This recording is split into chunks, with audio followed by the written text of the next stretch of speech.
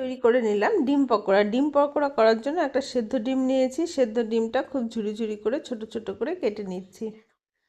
সিদ্ধ ডিমটা ছোট ছোট করে কেটে নিয়ে ওর মধ্যে দিয়ে দিলাম পেঁয়াজ কুচি, কাঁচা লঙ্কা কুচি, ধনেপাতা কুচি, 1 চামচ কর্নফ্লাওয়ার আর 1 চামচ চালের গুঁড়ো, লবণ, হলুদ গুঁড়ো, চাট মশলা আর 1 চামচ গরম মশলা। সব কিছু দিয়ে ভালো করে ডিমটাকে মেখে নেব। ডিমটা ভালো করে মেখে নিয়ে কড়াইতে তেল গরম করে পকোড়াগুলো দিয়ে একটু উল্টে পাল্টে লাল লাল করে ভেজে নেব।